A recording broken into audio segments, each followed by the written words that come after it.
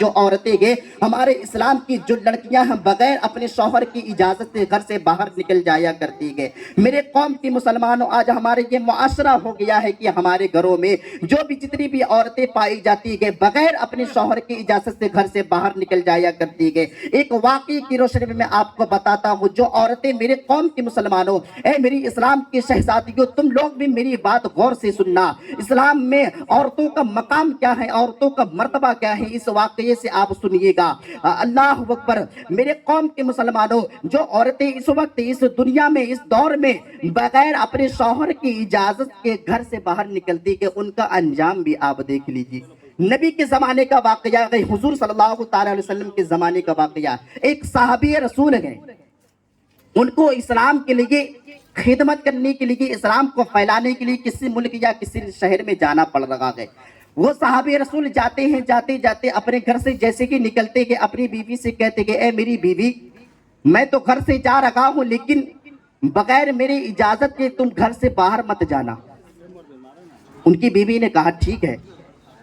اب وہ صحابی رسول نکل گئے گھر سے۔ نکلنے کے بعد کچھ دنوں کے بعد وہ صحابی رسول کی جو بیوی ہے، ان کے پاس یہ پیغام آیا کہ تیرے باپ کی بہت زیادہ طبیعت خراب ہے۔ اب وہ عورت کیا کرے؟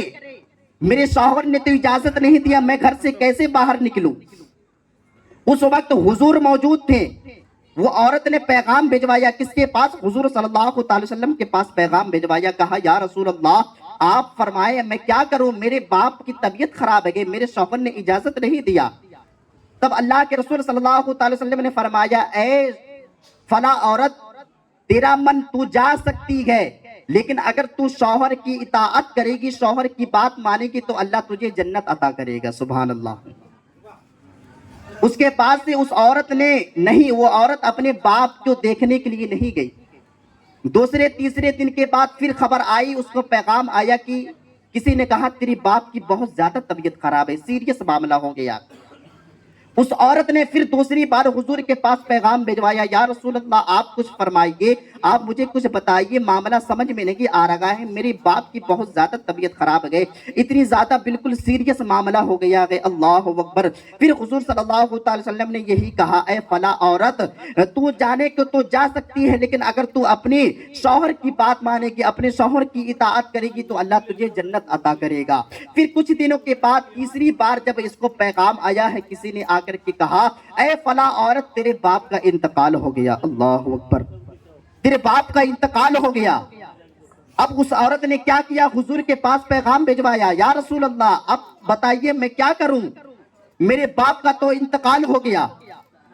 حضور فرما رہے ہیں، اے فلاں عورت، تو جانے کو تو جا سکتی ہے، لیکن اگر تو اپنے شوہر کی اطاعت کرے گی، اپنے شوہر کی وصیت کو مانے گی، اپنے شوہر کی نصیحت کو مانے گی تو اللہ تبارک و تعالیٰ تجھے جنت عطا کرے گا۔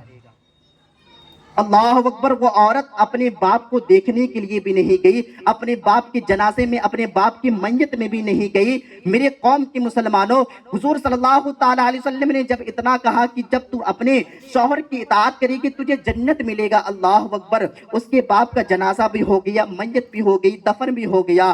کچھ دنوں کے بعد وہ صحابی رسول آتے ہیں، آنے کے بعد اپنے گھر پر آتے ہیں، آنے کے بعد پھر اس کے بعد سے حضور صلی اللہ علیہ وسلم کی بارگاہ میں جاتے ہیں۔ جانے کے بعد حضور صلی اللہ علیہ وسلم نے فرمایا، اے فلاں صحابی، جاؤ اپنی بیوی کو بلا لاؤ۔ اس کے بعد سے وہ صحابی رسول جاتے ہیں کہ اپنی بیوی کو بلا کر کے لاتے ہیں۔ لانے کے بعد پردے کے پیچھے حضور صلی اللہ علیہ وسلم فرما رہے ہیں، اے فلاں عورت، اے فلاں صحابی کی عورت، اے فلاں صحابی کی بیوی، ذرا یہ تو سنو، تو نے اپنے باپ کو نہیں دیکھا، تو نے اپنے باپ کے جنازے پہ نہیں گئی، تو نے اپنے باپ کی میت میں نہیں گئی، لیکن ابھی کچھ دیر پہلے اللہ کا پیغام میرے پاس آیا تھا۔ اللہ تبارک و تعالی نے جبریل امین کے ذریعے میرے پاس پیغام بھیجا تھا۔ حضرت جبریل کہہ رہے تھے کہ اللہ تبارک و تعالی نے فرمایا ہے، اے اللہ کے رسول صلی اللہ علیہ وسلم، اس عورت کو خوشخبری دے دیجئے۔ اللہ کے رسول صلی اللہ علیہ وسلم نے اس عورت سے کہا، ابھی میرے پاس اللہ کا پیغام آیا ہے کہ اللہ تبارک و تعالی نے تجھے بھی بخشیا ہے، تیرے باپ کو بھی بخش دیا ہے۔ اللہ اکبر۔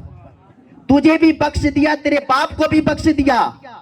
تو اپنے باپ کے جنازے میں بھی نہیں گئی، تو نے اپنے باپ کی شکل بھی نہیں دیکھا، تو نے اپنے باپ کی میت میں بھی نہیں گئی، لیکن پھر بھی اللہ تبارک و تعالیٰ نے تجھے بھی بخش دیا اور تیرے باپ کو بھی بخش دیا.